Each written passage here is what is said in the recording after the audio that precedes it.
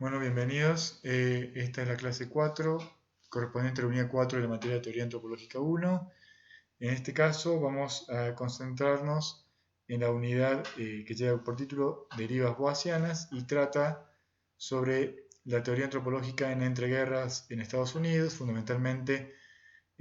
dando un panorama general del desarrollo de la disciplina entre aproximadamente los años 10 y comienzos de los años 40. Para este caso hemos decidido recortar esa unidad en tres autoras y autores que fueron tal vez los más reconocidos entre muchos otros y otras que fueron formados junto a Fran Boas pero que tuvieron un papel decisivo en la especialización de la antropología norteamericana en distintas universidades con distintas formaciones de subdisciplinas que se extendieron hasta por lo menos los años 40. Por supuesto que la selección es una selección posible, entre otras que se podrían pensar, debido a que para el desarrollo de una unidad acotada no podemos dar cuenta de todas las líneas, autoras, autores que se derivaron del proyecto intelectual e institucional de Boas en Estados Unidos, pero elegimos tal vez algunos de los más sobresalientes o más reconocidos en la tradición boasiana. Para lecturas posteriores pueden estar en contacto con el equipo docente para que orientemos otras lecturas futuras. En este caso vamos a concentrarnos en primer lugar en dar unas características generales de cómo se desarrolló la disciplina entre los años 20 y comienzos de los años 40, en la medida en que Franz Boas continuó siendo una figura central de la disciplina no solamente en Estados Unidos, pero también de qué manera se fue diversificando la disciplina en términos institucionales, cómo nuevas universidades fueron creando departamentos de antropología, institutos de investigación, de qué manera los discípulos y discípulos formadas por Boas fueron tomando distintas líneas del proyecto boasiano original, y se puede hablar en general de dos momentos o dos primeros grandes momentos de ese proceso de especialización de la antropología norteamericana que vamos a caracterizar de manera general, para luego marcar algunas de las diferencias o los énfasis de cada uno de estos momentos formativos, el surgimiento de algunos y algunas de las principales figuras, para luego sí concentrarnos ya de manera central en las trayectorias de Sapir, Benedict y Mead en este caso, cuáles fueron sus propuestas teórico-metodológicas más importantes y finalmente concentrarnos en algunos aspectos centrales de los textos que incluyen la unidad número 4. En primer lugar nos vamos a detener tanto en Benedict como en Mead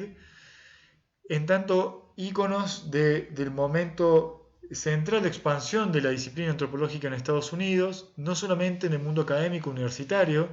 estadounidense, sino inclusive como referentes culturales de, por un lado, la expansión de las ciencias sociales y humanas en Estados Unidos, pero fundamentalmente reconocidas como íconos del ascenso del papel, del rol de la mujer en el mundo universitario y cultural estadounidense,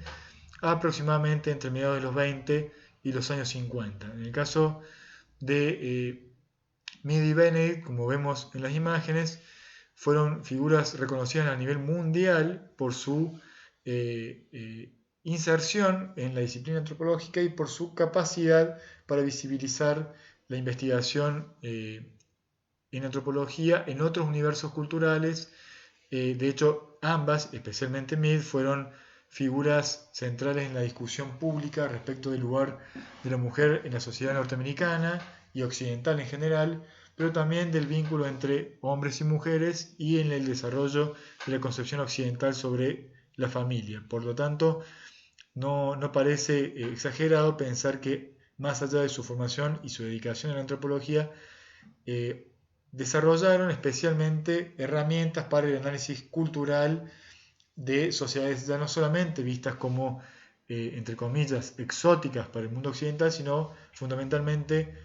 a través de ejercicios de investigación sobre las propias sociedades occidentales, tal vez el caso de Mead, el más reconocido, a partir del cual uno puede empezar a hablar en los años 20 y 30 de la antropología vuelta hacia Occidente e interrogándose por pautas culturales propias. En el caso tanto de Mead como de Benedict, su recepción en el campo cultural e intelectual argentino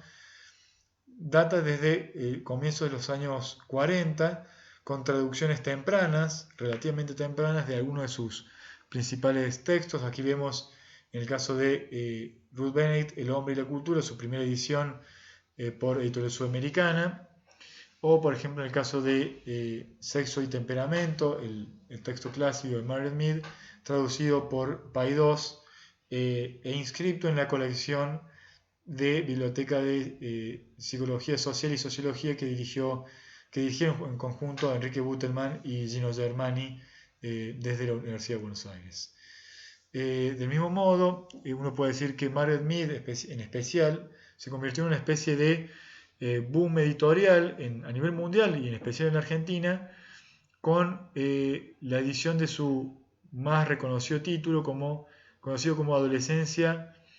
y Cultura en Samoa, o en una traducción posterior como Adolescencia, Sexo y Cultura en Samoa. Aquí vemos las dos ediciones de Paidós. Además de estos textos más estrictamente vinculados al mundo antropológico y a su etnografía del mundo samoano, Mead fue sucesivamente recuperada especialmente en los años 60, por distintos movimientos contraculturales o de ascenso de la crítica feminista a la dominación machista en Occidente, y eso se ve reflejado en algunas de las traducciones de los textos de Margaret Mead por la editorial, por ejemplo, Siglo XX, que aquí vemos el caso de Antropología y la Ciencia del Hombre, o la Antropología y el Mundo Contemporáneo,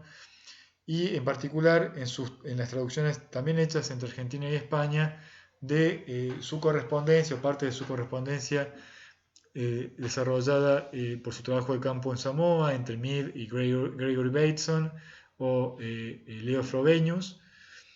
y otros textos como por ejemplo en este caso el de Cultura y Compromiso, y los textos más de ensayos críticos sobre ruptura generacional, o de, por ejemplo, en este caso, el lugar del hombre y la mujer en las sociedades contemporáneas, o en una de las traducciones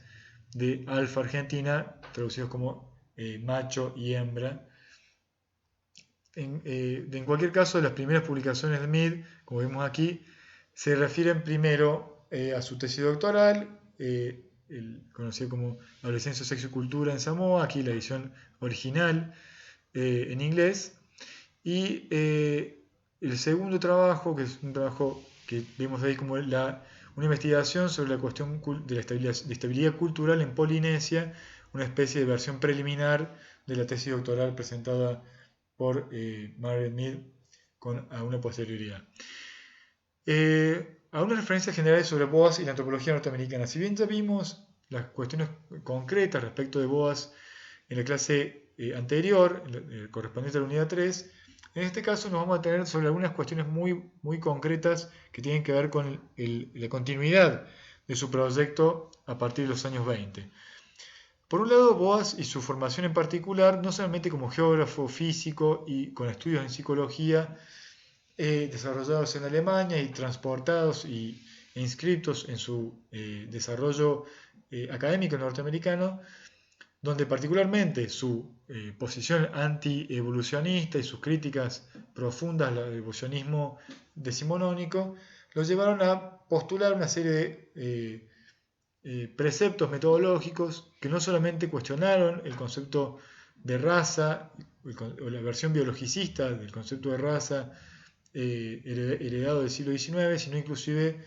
el método comparativo de la unilinealidad progresiva que defendía el evolucionismo.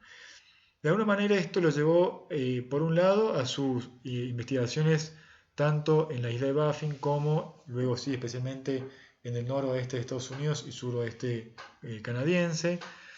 En buena medida la institucionalización de la antropología en Estados Unidos tiene que ver con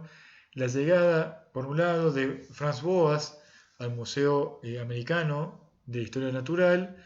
y luego de pasar por el Barnard College a su desembarco finalmente en la Universidad de Columbia.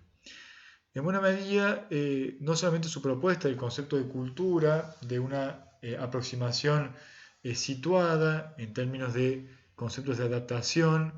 de uso del espacio por parte de las comunidades, de la necesidad de relativizar los distintos espacios territoriales donde se desarrollan las poblaciones, cuáles son sus formas culturales predominantes y no generalizarlos sin un desarrollo particular de una investigación etnográficamente informada. Una de las variantes particulares de Boas es su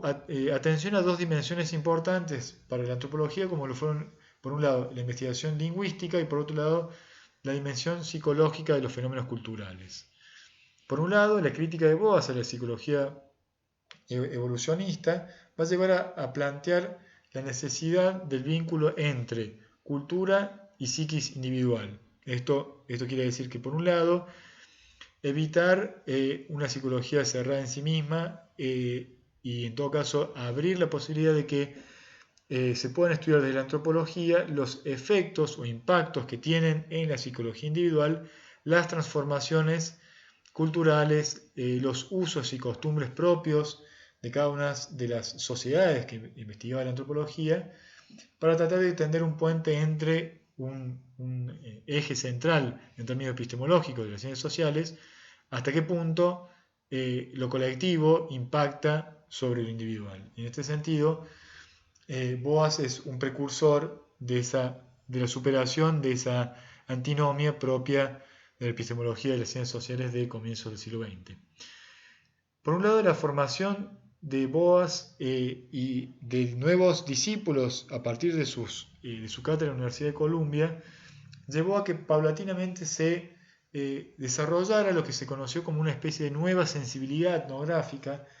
desde fines de los años 10 y comienzos de los años 20, que significó, por un lado, una valorización de la antropología, de sus herramientas para interrogarse sobre el mundo indígena estadounidense, especialmente vinculados a movimientos de reafirmación de tierras indígenas en el centro-oeste norteamericano. Al mismo tiempo, frente al problema conocido como el problema racial del sur de Estados Unidos, en los estados del sur norteamericano y de los rebrotes de supremacismo blanco y de persecución contra las poblaciones afroamericanas, en las cuales Boas interviene activamente, hablando no solamente como antropólogo, sino como figura pública en defensa de una relativización importante de los criterios con los cuales en general se utilizaban para la discriminación de las poblaciones tanto indígenas como afroamericanas. En ese sentido, no perdió nunca de vista el proyecto boasiano de que en esos años 10 esa nueva sensibilidad tenía que ver con un proyecto que en general es reconocido como de antropología del rescate, y esto tiene que ver básicamente con la afirmación por parte de Boas y su equipo de que muchas de las comunidades con las que realizaban trabajo de campo se veían hackeadas por el avance de la frontera agrícola de los colonos en el centro oeste norteamericano, pero a su vez por una serie de industrias, maderera, minera, por la expansión urbana en Estados Unidos, que hacía que muchas de estas culturas se vieran perjudicadas o en muchos casos literalmente exterminadas del horizonte estadounidense. Ante eso, Franz Boas fue uno de los principales defensores de la necesidad del registro, de la recuperación de todos los rasgos culturales, sean a través del registro escrito, fonográfico, fotográfico, fílmico, o de la constitución de fondos de museo para el rescate de estas huellas culturales que en la misión de esos momentos parecería llevar a la disolución de las culturas analizadas por los antropólogos. En buena medida la Gran Guerra, la Primera Guerra Mundial, aceleró esa crítica generalizada contra la civilización occidental capitalista y especialmente liberal, que en buena medida había sido, tanto por Boas como buena parte del el amplio espectro antibelicista, desarrollado entre los años 1914 y 1918 a ambos lados del Atlántico, en ver a la guerra como un aspecto o tal vez una prueba más de que ese tipo particular de sociedad liberal occidental solamente llevaba hacia la propia destrucción planetaria, y frente a ese tipo particular de sensibilidades, la antropología giró especialmente en acelerar su interés por conocer aquello que se oponía muchas veces a la forma de la razón occidental y científica. Esto se explica en parte por el ascenso del orientalismo, como se conoció en esos años, con la importancia de la literatura, la filosofía y los movimientos contraculturales vinculados a el cercano y el lejano oriente, que se hacen especialmente fuertes tanto en Europa como en América Latina y en Estados Unidos. Y en el caso de la antropología, la vuelta sobre ese exotismo de las sociedades, en el caso estadounidense, nativas americanas, para mostrar cómo otras racionalidades u otras formas de existencia podían ser posibles. En este caso, es importante destacar de qué manera, a medida que avanzan los años 20, una serie de fundaciones filantrópicas, esto es, de capitales de los grandes varones de la industria de Estados Unidos o de capital financiero, que empieza a hacerse fuerte en esos años, empiezan a costear investigaciones en el área de ciencias sociales y humanas, especialmente vinculadas a la investigación aplicada para conocer el desarrollo de las culturas, primero en Estados Unidos, pero luego también para el conocimiento de las investigaciones de poblaciones en otros lugares del mundo. Por lo tanto, las fundaciones como Fulbright o Ford, por decir algunas entre las más importantes, empezaron a financiar investigación aplicada en ciencias sociales y humanas, de las cuales el equipo de Boas y especialmente algunos de sus discípulos van a ser benefactores. Uno puede hablar con algún tipo de generalización, pero en términos pedagógicos importantes para ubicar el mapa de lo que conocemos como este momento de entreguerras del desarrollo de la antropología en Estados Unidos, como las dos primeras grandes generaciones de boasianos o boasianas que se desarrollaron a partir de la Primera Guerra. Aquí el título nos lleva a plantear desde dos momentos, uno más vinculado a el perfil historicista y el ascenso del lenguaje y la antropología lingüística en los años 10, hacia los estudios vinculados a un concepto de cultura y psicología o personalidad, como se llamó en ese momento, y a las investigaciones sobre, entre comillas, el carácter nacional de las culturas en los años 30. Para caracterizar básicamente estos dos momentos, proponemos una grilla un tanto básica, pero que esperemos que quede lo suficientemente clara. Ese primer momento de orientados por Franz Boas, que uno puede reconocer entre los últimos años del siglo XIX y aproximadamente el año 1920, o en todo caso luego de la inmediata fin de la Primera Guerra Mundial, reconoce a una serie de características. La primera es que las temáticas estuvieron fundamentalmente vinculadas a los estudios en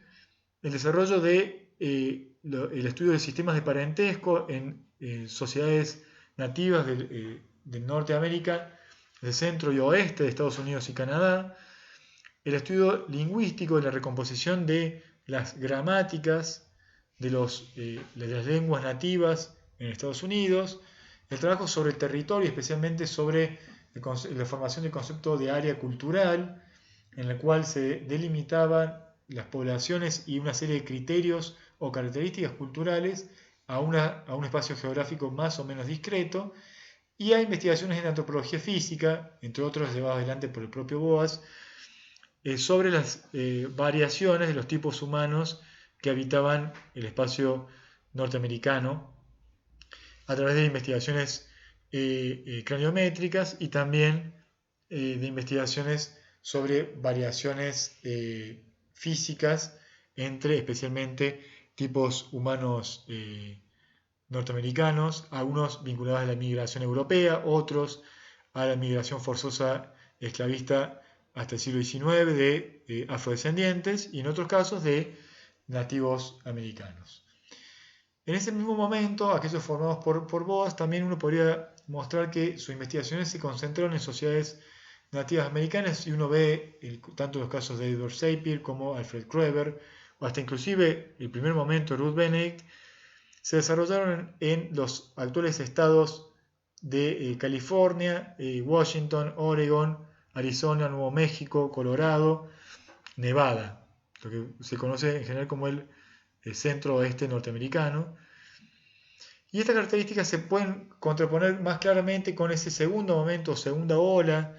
de formados por Franz Boas, que se refieren especialmente a aquellos que obtuvieron su tesis de maestría y tesis doctoral en antropología luego de 1920, donde temáticamente este nuevo grupo se va a concentrar sobre otras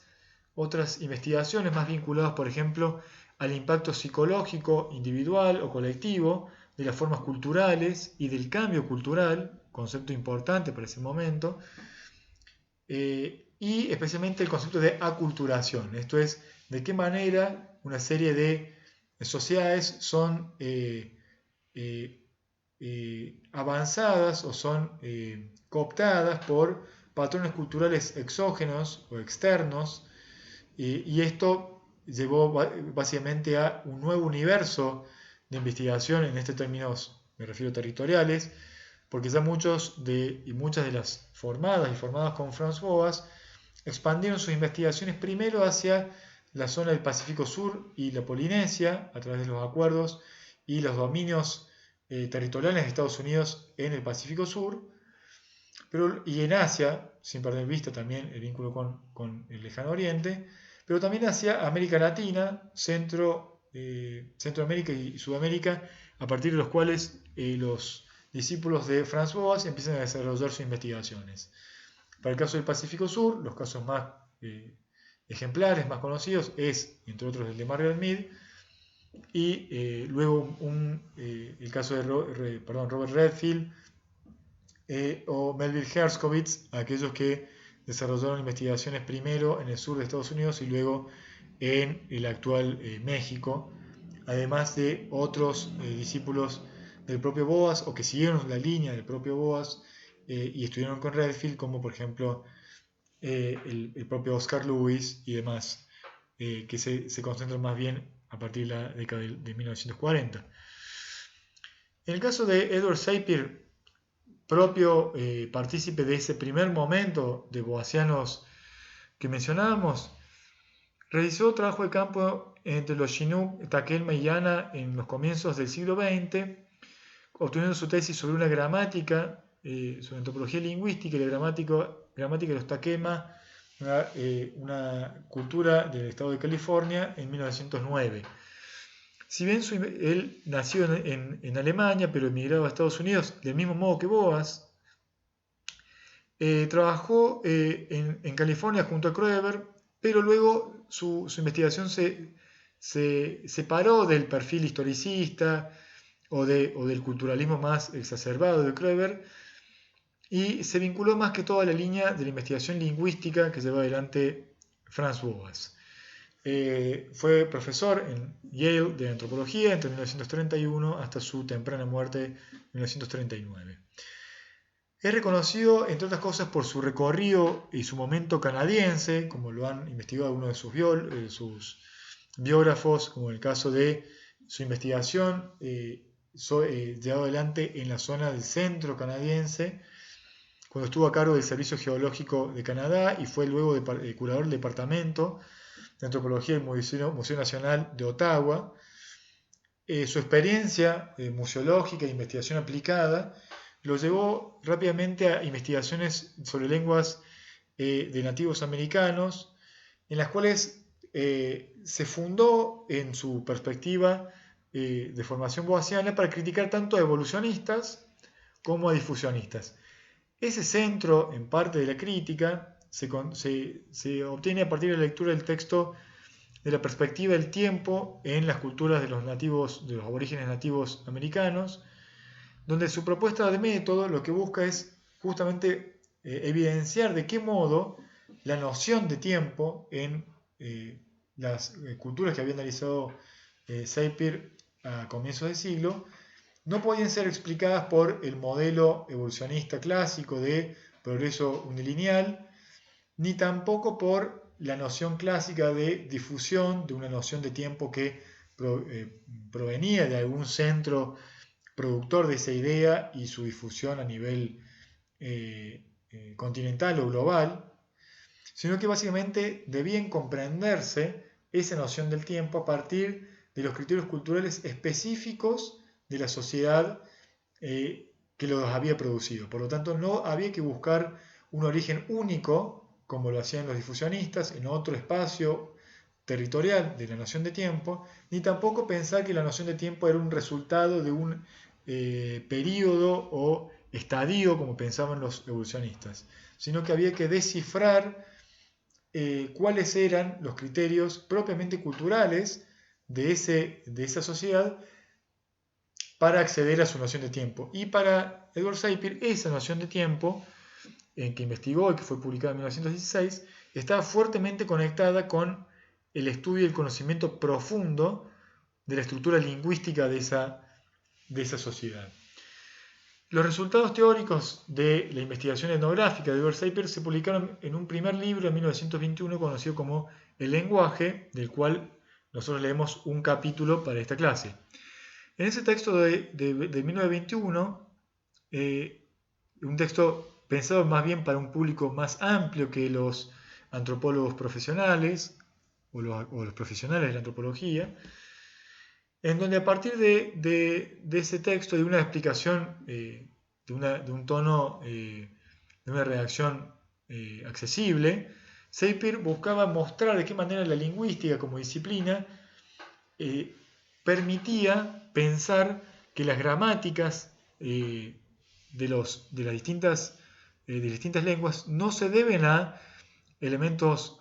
fortuitos, al azar o a contactos no probados entre distintas sociedades, sino fundamentalmente su concepto de adherencia a través de tendencias sistemáticas del desarrollo de las lenguas. De este modo, Sapir lo que buscaba es que la antropología lingüística, lejos de explicar azares o contactos no probados, como decimos, sino justamente debe mostrar de qué modo la lengua es la puerta de entrada a la cosmología o la forma de existencia de esas culturas por los cuales la investigación lingüística permite acceder a la visión de mundo que tienen esas culturas. Esa adherencia de lenguaje a la cultura es lo que la antropología lingüística debía sistemáticamente comprender. Por este modo, la cultura, para Sapir en este caso, es ese conjunto de reglas de conducta que son internalizadas por el individuo y no necesariamente como una especie de conducta convencional que lo antecede. Y en este sentido, lo importante del énfasis de Sapir es, si se quiere, que hay una separación de Boas o una superación de la propuesta de Boas en un énfasis importante de Sapir sobre la noción de individuo, de que es importante reconocer de qué modo cada individuo incorpora esas pautas culturales y a su vez el modo en que se internaliza la estructura del lenguaje que modela y organiza la experiencia sensorial y también intelectual que lleva adelante ese individuo. Por lo tanto, las categorías conceptuales que manejan los individuos que pertenecen a una sociedad y a una cultura están mediadas intrínsecamente por el modo en que se incorpora ese lenguaje. Aquí, por un lado, no solamente Sapir reconoce la estructura inconsciente de las características fonológicas, gramaticales del lenguaje, que es una dimensión, si se quiere, psicológica. Pero al mismo tiempo, lo que importa a Sapir es mostrar de qué manera ese lenguaje, lejos de ser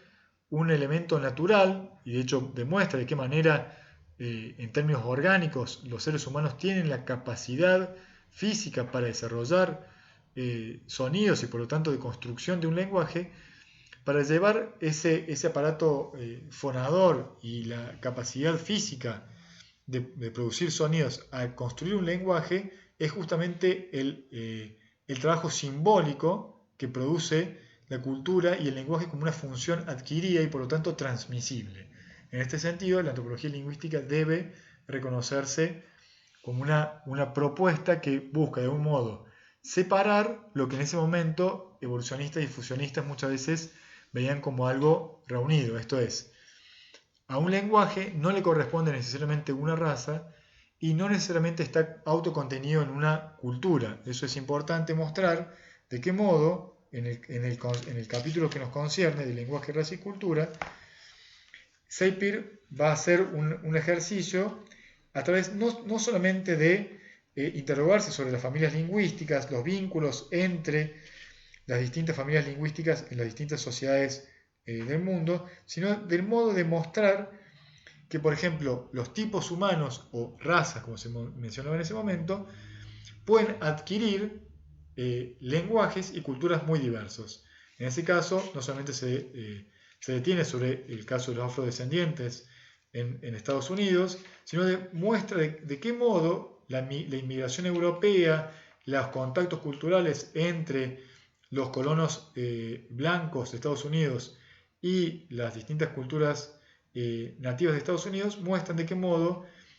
el uso del lenguaje no solamente se expandió y se pudo transmitir, sino que habla de formas de estar en el mundo, de temperamentos y a su vez de visiones del mundo distintas. Esto es, la lengua prefigura entonces para Sapir esa forma de comprender el universo cultural de cada una de las sociedades que se estudia. Por otro lado, una de las autoras decisivas de ese primer momento boasiano, pero que la vamos a conocer seguramente por sus efectos sobre el segundo momento, es Ruth Benedict. Con estudios entre 1919 y 1922 en antropología en la famosa New School for Social Research en Estados Unidos, en Nueva York, consiguió estudiar en Columbia junto con Franz Boas y luego de obtener su primer título, también como Sapir consiguió mediante Alfred Kreber la posibilidad de un trabajo de campo en el sur de California, cerca de la frontera con México. Y luego, mediante otro de los discípulos de Franz Boas, Robert Louis, llevó adelante una investigación comparativa entre unas distintas comunidades de indios en Estados Unidos, donde obtuvo su tesis doctoral en 1923, en esa visión comparativa sobre visiones de la noción de espíritu guardián que compartían una serie de sociedades nativas americanas. Luego, hacia fines de esa década de 1920, conoce a Margaret Mead y de hecho entabla un vínculo importante, no solamente personal, sino también académico, que les va a llevar a investigaciones conjuntamente desarrolladas hacia 1928-1929. Y en el caso de Ruth Benedict, el vínculo entre antropología y psicología se lleva adelante por medio de las investigaciones y las lecturas que la propia Benedict tenía sobre la psicología, no solamente de Sigmund Freud, sino de Carl Jung. Aquí lo importante es la formación de una serie de nociones que van a ser importantes para pensar el proyecto de Ruth Benedict, que son, por un lado, la de configuración cultural y por otro lado, la de personalidad cultural. Son nociones similares, pero que hablan de dos momentos de la investigación de Benedict. La noción de configuración cultural, si se quiere, es aquella que intenta dar cuenta de el concepto de creatividad, o en todo caso de la capacidad amplísima de las distintas sociedades para combinar rasgos culturales que aparentemente pueden ser incompatibles y mostrar que lejos de esa aparente anormalidad que vendría de configurar cosas que a priori son incompatibles. Lo que muestran son distintas formas de mostrar configuraciones variadas donde, lejos de haber un criterio único, esa noción de configuración puede mostrar una relativización de formas de existencia y desarrollo cultural en distintas sociedades. Esto para mostrar la plasticidad de la creatividad humana y de qué manera la noción normativa de la psicología y en especial de la psiquiatría, que cuestionó fuertemente Ruth Benedict,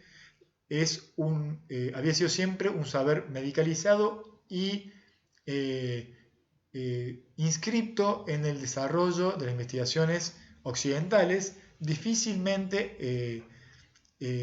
expandibles a otras formas culturales y a otras formas de experimentar individualmente y psicológicamente esas formas culturales. En el caso, por ejemplo, de su texto de Patrones de Cultura, que fue traducido como El hombre y la cultura, el texto original, Patrones de Cultura, 1934, Benedict defiende una noción un poco más sofisticada, donde habla, si se quiere, ya de una personalidad cultural. Y esa personalidad cultural refiere a una especie de tipo o tipología en la cual lo que busca hacer es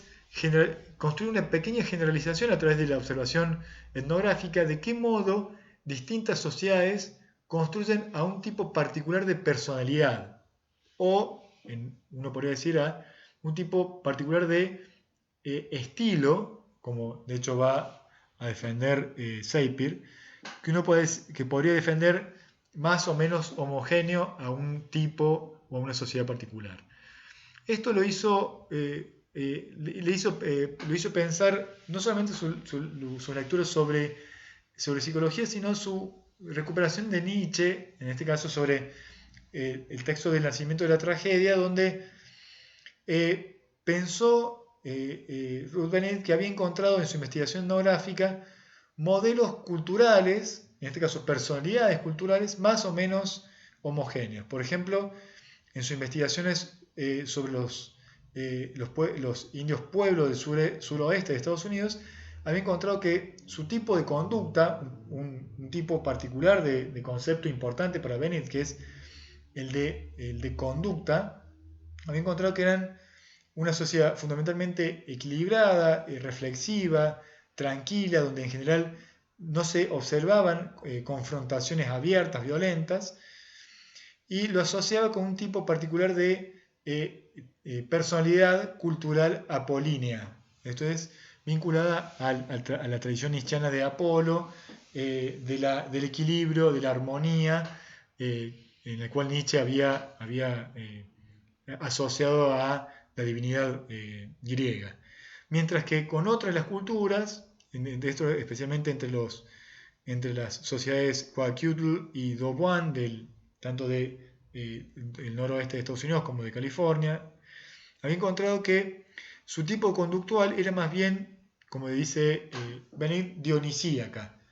Esto es, orientada por preferencias excesivas, violentas, confrontativas, de rivalidades casi constantes. Y de acuerdo a su mirada, ese tipo particular de doble conducta o doble personalidad la llevó a pensar que eran tipos de personalidades culturales paranoicas, entre comillas lo digo porque era la categoría que mencionaba Benedict, a través de las cuales mostraban dos formas de existencia, una aparentemente ordenada y otra muy belicosa. Esa es la noción de patrón cultural, derivada de esta idea de personalidad cultural en Benedict, es por un lado para rescatar una serie de rasgos sobresalientes de una especie de laboratorio de formas sociales, a partir de las cuales lo que busca explicar son conductas humanas modeladas por tradiciones culturales. ¿Ven? Aquí el vínculo con Boas es más que claro, pero le interesa en su análisis más detallado a Benedict mostrar de qué manera la conducta individual está fuertemente vinculada a una forma de transmisión, de enseñanza, de costumbres que pasan de generación en generación. De una manera cada uno de estos individuos, de conducta individual, se va integrando a través de la educación y la transmisión en formas, en patrones, en criterios culturales que lo anteceden, y que de alguna manera las pautas que son normalizadas de esa conducta tienen que ser necesariamente contextualizadas por el antropólogo para no imputar anormalidades o rasgos aparentemente fuera de la normalidad mental a otras formas culturales que no son la propia. Cabe afirmar también que además de esta noción de patrón cultural y de personalidad cultural, llevó adelante Benedict investigaciones posteriores, ya no solamente sobre el caso de las culturas nativas norteamericanas, sino investigaciones sobre tipos, lo que se conoció como tipos nacionales o patrones culturales nacionales, ya tanto para la investigación que llevó adelante a fines de los años 30, en Holanda, en los Países Bajos, en Europa, en Alemania, y el más conocido de El Crisantemo y la Espada, su libro sobre el tipo cultural o la personalidad cultural japonesa, una investigación que luego fue fuertemente criticada por muchos de sus colegas por haber recibido financiamiento no solamente del Departamento de Estado, sino de la Oficina de Guerra del Departamento de Estado de Estados Unidos, para acceder a información de primera mano de la cultura japonesa, que luego fue difundida no solamente en el medio político y militar estadounidense, sino también que llegó a la opinión pública. Por lo tanto, los criterios éticos con los que se llevó adelante Ruth Benedict para aquella investigación fueron muy cuestionados. La investigación, sin embargo, es muy interesante para poder leer a posteriori de qué modo se pueden pensar esos tipos nacionales. Finalmente, en el caso de Margaret Mead, lo importante que nos interesa, ya que nosotros leemos un fragmento de su obra Adolescencia, Sexo y Cultura en Samoa, eran unos rasgos de su trayectoria, formativa. Decíamos, por un lado, que es tal vez el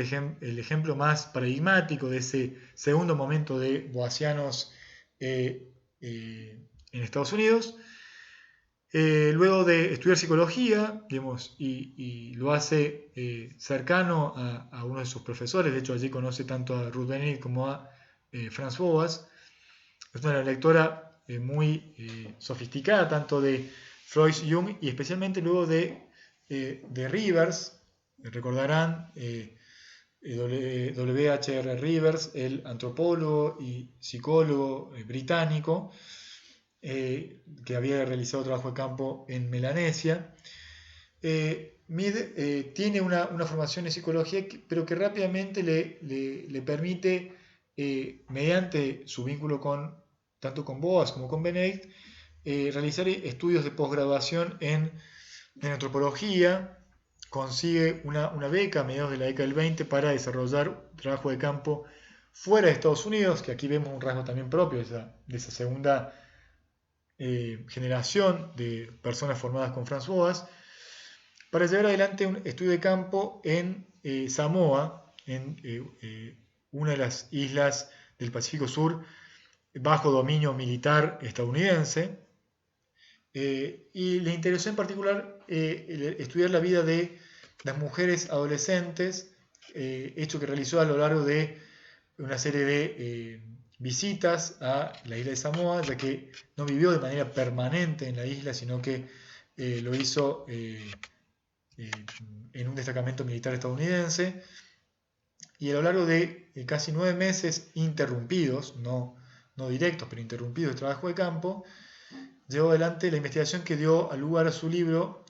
de Adolescencia, Sexo y Cultura, como fue traducido, o Coming of Age in Samoa, un estudio, a Psychological Study of Primitive Youth for Western Civilization,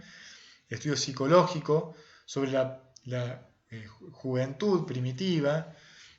para el conocimiento de la civilización occidental. Es importante por ahí recuperar el texto original, el título original del libro, porque queda claro que en ese primer en ese primer título del libro de la investigación de Mead, el objetivo no era solamente un trabajo etnográfico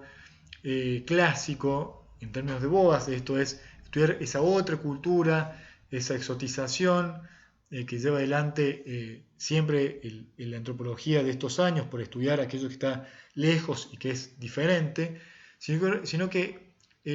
hay una apuesta decidida por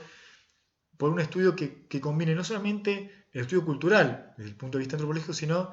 psicológico de la experimentación que tienen estas jóvenes samoanas de un momento de su vida, que es justamente el de la adolescencia, pero al mismo tiempo para poder conocer mejor esa civilización, entre comillas, occidental. Esto es, conocer mejor de qué manera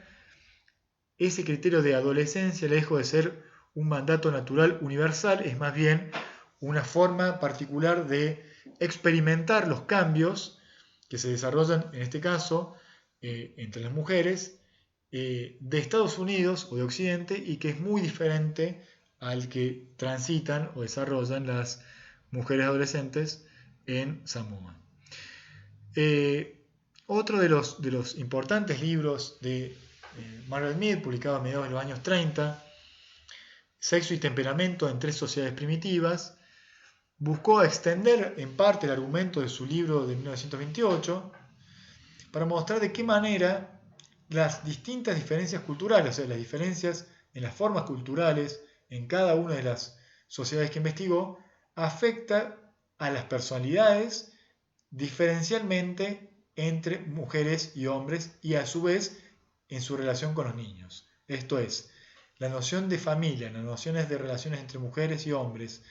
la noción inclusive de niño y de niña, están culturalmente situadas y es importante que un estudio antropológico sepa, y de manera comparativa, sepa mostrar de qué manera en cada uno de estos casos impacta de manera diferente en la estructura psicológica de los individuos. En el caso de la primera investigación, que es la que nosotros trabajamos para esta clase, el análisis de la conducta de los individuos y cómo se modela frente a la cultura, la lleva adelante Margaret Mead en los que se conocían como las Islas del Mar del Sur, a esos archipiélagos entre los cuales estaba Samoa, que hasta ese momento había recibido escasísima atención de los investigadores occidentales, salvo relatos de viajeros o de marinos de distintas nacionalidades. En su trabajo de campo, Margaret Mead lo llevó adelante en un conjunto de islas conocidas como Manoa, y aquí en la imagen se ve tanto a Margaret Mead con nativas de la isla de Manoa, con las que, como vemos, a lo largo de su trabajo de campo, no solamente Mead hizo un esfuerzo por el manejo del idioma, si bien utilizó en buena parte de su trabajo de campo un intérprete, pero como vemos intentó llevar algo más allá su vínculo con la sociedad nativa, esto es desde el uso de los atuendos típicos, participación en los rituales, tanto de las mujeres como de los hombres, en la medida que fuera permitido, o la vida en la cotidianeidad de las familias samoanas. Por un lado, el grupo de chicas samoanas con las que trabajó Margaret Mead las llevó primero a pensar por cuáles eran las dimensiones de la vida social en las cuales podían intervenir, pero a su vez de qué modo en su conducta individual impactaban las dimensiones afectivas y sexuales con las cuales se relacionaban con los hombres. Por un lado, lo que muestra Mead, y que se ve en el capítulo que tenemos, en los dos capítulos, especialmente sobre la adolescencia entre las mujeres adolescentes, que lejos de ese momento traumático que en general Occidente interpreta la adolescencia, mostraba de qué modo es para las mujeres samoanas un momento de transición más bien placentera, donde el ambiente social, lejos de ser de máxima exigencia, de imputación de tensión y de presión sobre la mujer, es más bien un momento de relax, debido a que mucho antes de ese momento mostraba de qué modo las mujeres eran exigidas a tomar a su cargo sus hermanos menores, hombres, tanto niños como niñas, para su formación, de colaborar muy activamente en el conseguir alimento, en la administración de los recursos de la comunidad y de la familia, y por lo tanto, lejos de ser un nuevo momento, la adolescencia se transitaba de otro modo entre las mujeres samoanas. A su vez, esto tiene que ver con una vinculación de estas mujeres con los hombres. Por un lado, la afectividad y la sexualidad no es vista, de acuerdo a la investigación de Mead, como un tabú o como una esfera privada y vinculada al concepto de vergüenza, como en Occidente, sino en el caso de las adolescentes samoanas, la sexualidad es vista en general como un proceso de formación desde la niñez y por lo tanto vinculado a estructuras de expectativas del resto de la familia y de las familias de que las relaciones entre hombres y mujeres en términos sexuales sean abiertas, descontracturadas y no bajo una presión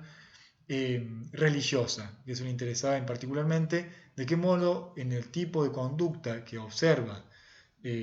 Mead no hay una sobrepresión de algún tipo de conducta, de un tipo de presión, perdón, de un dogma religioso que impute como tabú ese tipo de práctica entre los hombres y las mujeres. De este modo, lo interesante es que una serie de eventos importantes en la formación de la psiquis de hombres y mujeres empieza desde la temprana vida de niños y niñas, y esto es de la participación activa en distintos momentos, como es el nacimiento de una nueva persona, la muerte de una persona en esas sociedades o la relación sexual, en vez de ser visto como algo como un quiebre en el desarrollo vital y tanto individual como de la familia, son etapas de un desarrollo vital más amplio que incluye muy activamente a todas las personas, donde las ceremonias rituales incorporan e integran tanto a hombres y mujeres de distintas edades, con lo cual lo que obtiene como resultado de esta investigación, de acuerdo a Mides, que los lazos entre padres e hijos e hijas, a su vez con sus tíos, tías, primos, obtiene un tipo particular de conducta de jóvenes, de una vida sexual activa, desprejuiciada y no vinculada al sentimiento de culpa, que es el resultado de la investigación de Margaret Mead. Aquí les sugerimos profundizar en las lecturas, son textos muy interesantes y esperamos que las claves de lectura ayuden a una comprensión más significativa, pero fundamentalmente que puedan acceder a inscribir las trayectorias de cada uno de los autores y las autoras en ese universo del proyecto boasiano que le dio sentido y del cual tomaron líneas para profundizar hacia el futuro. Esperemos que sean de su interés y seguimos en contacto.